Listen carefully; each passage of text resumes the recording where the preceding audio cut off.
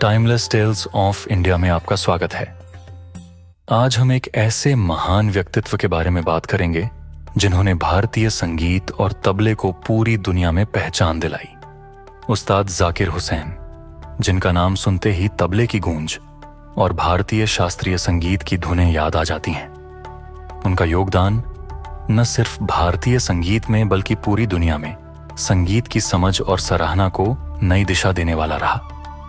तो आइए आज की इस यात्रा में हम उस्ताद जाकिर हुसैन के जीवन, उनके संगीत के सफर और उनकी विरासत के बारे में जानें। उस्ताद जाकिर हुसैन, तबला और भारतीय संगीत का गौरव। प्रारंभिक जीवन और शिक्षा। उस्ताद जाकिर हुसैन का जन्म 9 मार्च 1951 को मुंबई, महाराष्ट्र में हुआ था। वे महान तबला उस्ताद अल्लाह रखा के सबसे बड़े बेटे थे। एक ऐसे परिवार में जन्मे जहां भारतीय शास्त्रीय संगीत की समृद्ध परंपरा थी। जाकिर ने बहुत छोटी उम्र से ही अपने पिता से तबला बजाना शुरू किया। उनका असाधारण संगीत कौशल बचपन में ही स्पष्ट हो गया था और उनके पिता तथा अन्य प्रसिद्ध संगीतकारों के मार्गदर्शन में उनका कठोर प्रशिक्षण उनके शानदार करियर की नींव बन गया। जाकिर ने मुंबई के सेंट माइकल्स हाई स्कूल से अपनी प्रारंभिक शिक्षा प्राप्त की और बाद में सेंट जेवियर्स कॉलेज से स्नातक की डिग्री प्राप्त की। मुंबई में उनके शुरुआती वर्षों ने उनके संगीत के सफर को आकार दिया और यही वह बुनियाद थी जिसने उन्हें भारतीय शास्त्रीय संगीत और विश्व संगीत में एक अनोखा स्थान दिलवाया। एक भावुक विदाई।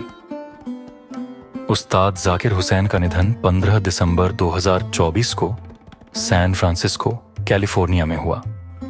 वे 73 वर्ष के थे और उनका निधन इडियोपैथिक पल्मोनरी फाइब्रोसिस (IPF) के कारण हुआ। उनका निधन भारतीय शास्त्रीय संगीत और विश्व तबला के क्षेत्र में एक अद्वितीय अध्याय का अंत था, लेकिन उनका संगीत, उनके योगदान और जिन कलाकारों को उन्होंने प्रेरित किया, उनकी विरासत हमेशा जीवित रहेगी।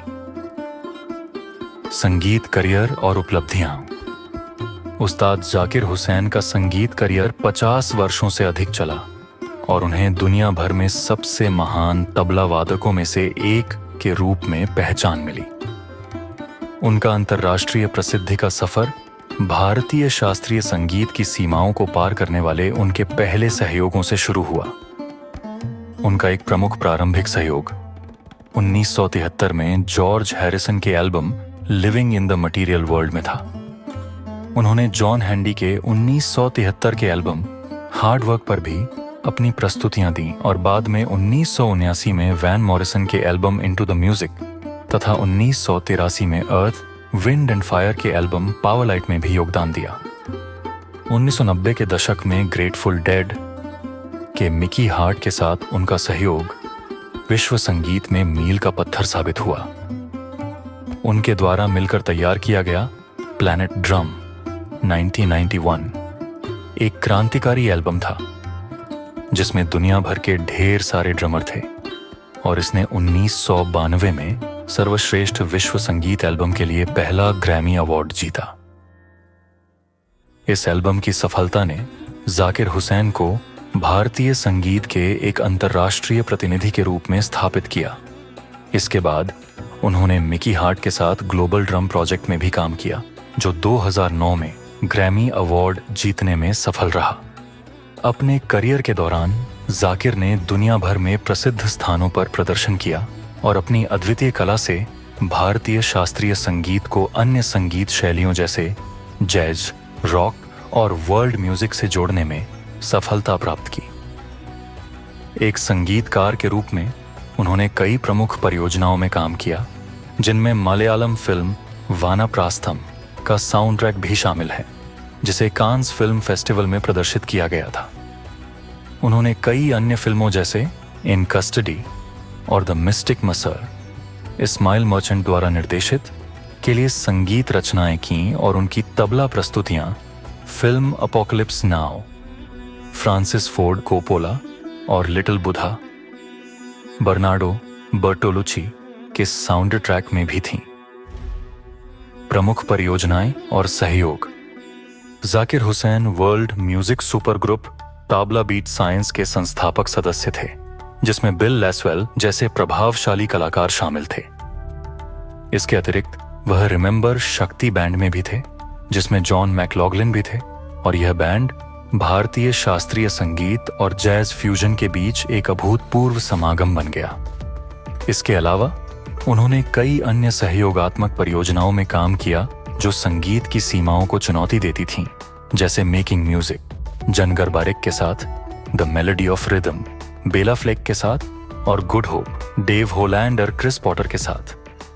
उन्होंने फिल्मों के क्षेत्र में भी योगदान दिया और कई साउंड ट्रैक्स और वृत्तचित्रों में काम किया।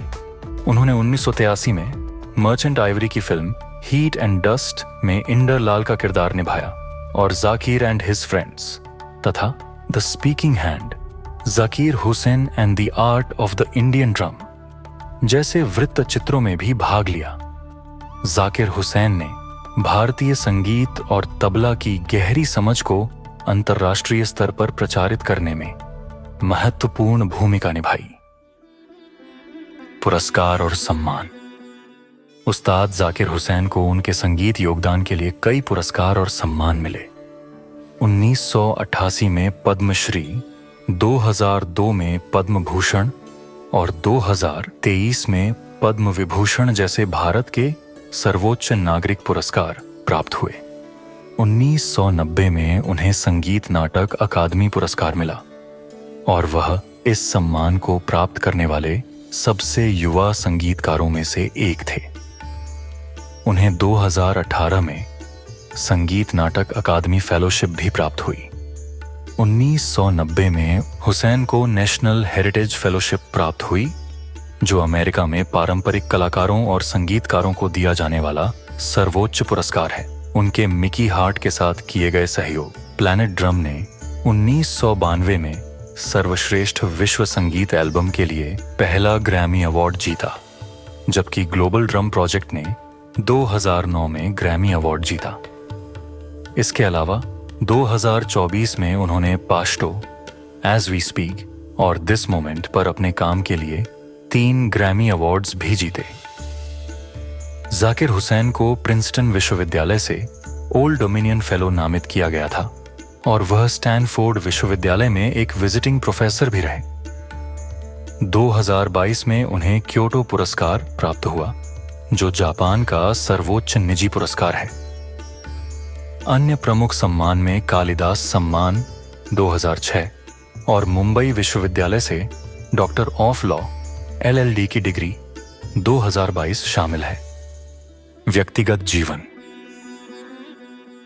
उस्ताद जाकिर हुसैन की शादी एंटोनिया मिनेकोला से हुई थी, जो एक कथक नर्तकी और शिक्षिका थीं, और जिन्होंने उनके करियर का प्रबंधन किया।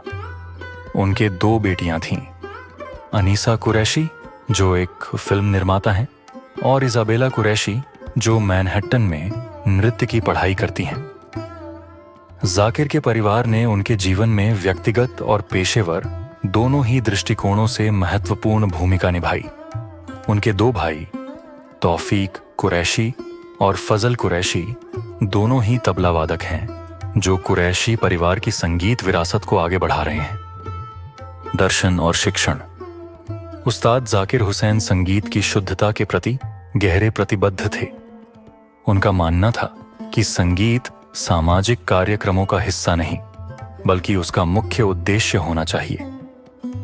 वे निजी सभाओं, कॉरपोरेट कार्यक्रमों या शादियों में प्रदर्शन करने से मना करते थे, क्योंकि उनका मानना था कि संगीत को प्रदर्शन के लिए ही प्रस्तुत किया जाना चाहिए। संगीत के प्रति उनकी यह निष्ठा शिक्षण में भी दिखाई देती थी। उन्होंने प्रिंसटन और स्टैनफोर्ड जैसी प्रतिष्ठित विश्वविद्यालयों में भी पढ़ाया, और अपनी विशेषज्ञता को साझा करते हुए अगली पीढ़ी के संगीतकारों को प्रशिक्षित किया। विरासत। उस्ताद जाकिर हुसैन का संगीत पर गहरा और स्थायी प्रभाव पड़ा है।